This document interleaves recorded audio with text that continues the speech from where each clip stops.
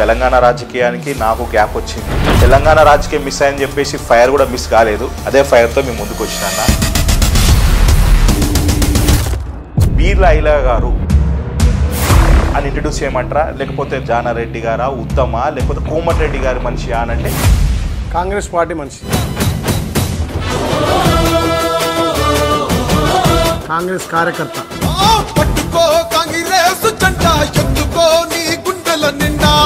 ఆలేరు నియోజకవర్గానికి ఎంతో మంది సీనియర్ నాయకులున్నా, ఎక్స్ఎమ్మెల్యేలున్నా వాళ్ళందరినీ కాదని చెప్పేసి డైరెక్ట్ సర్పంచ్ టు ఎమ్మెల్యే అయిన మిమ్మల్ని ఎందుకు చూస్ చేసుకున్నారు? రాజకీయాల్లో సీనియర్ జూనియర్ ఉండదు. కాంగ్రెస్ పార్టీలో సీనియర్ అని ఉన్న వాళ్ళు, మా తాత కాంగ్రెస్, మా అయ్య కాంగ్రెస్, నేను కాంగ్రెస్ అంటాడు. వాడెవడు కాంగ్రెస్ పనిచేయడు. మీకు టికెట్ ఇప్పించింది కాంగ్రెస్ పార్టీయా, కోమటిరెడ్డి బ్రదర్సా? కాంగ్రెస్ పార్టీలో ఉండి కాంగ్రెస్ పార్టీ ఓడగొట్టాలని చూసినారు. నాకు వెన్నుపోటు పొడిచిన ఆలేరు ప్రజలు నన్ను దీవించారు.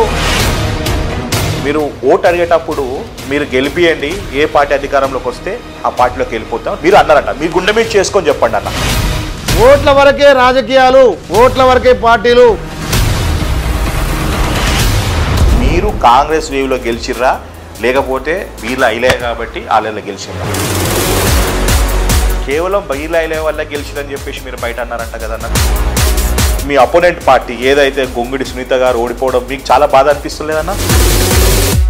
ఐలన్ అన్న వ్యక్తి మార్నింగ్ పొద్దు నుంచి సాయంత్రం వరకు జై కాంగ్రెస్ జై కాంగ్రెస్ అని మొత్తం బట్టలు చెప్పుకొని జై కాంగ్రెస్ అంటాడు. సాయంత్రం అయితే గొంగిడి సునీత గారి భర్త మహేందర్ తోటి చిట్టాపట్టాలు ఆడతారు, డ్యాన్స్లు ఆడతారు. నాకు శత్రువు అనేవాడే లేడు. మేము నిబద్ధతగా నిజాయితీగా ఉన్నాం కాబట్టే ఇవాళ అన్నిట్లలో క్లీన్ చీట్గా ఉన్నాం.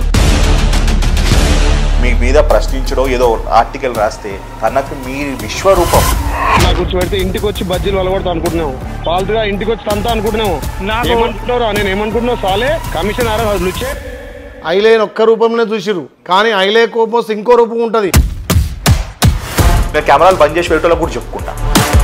గ్యాంగ్స్టర్స్తో దగ్గర ఉంటారు, నయీంలతోటి అందరితో దగ్గర ఉంటారు.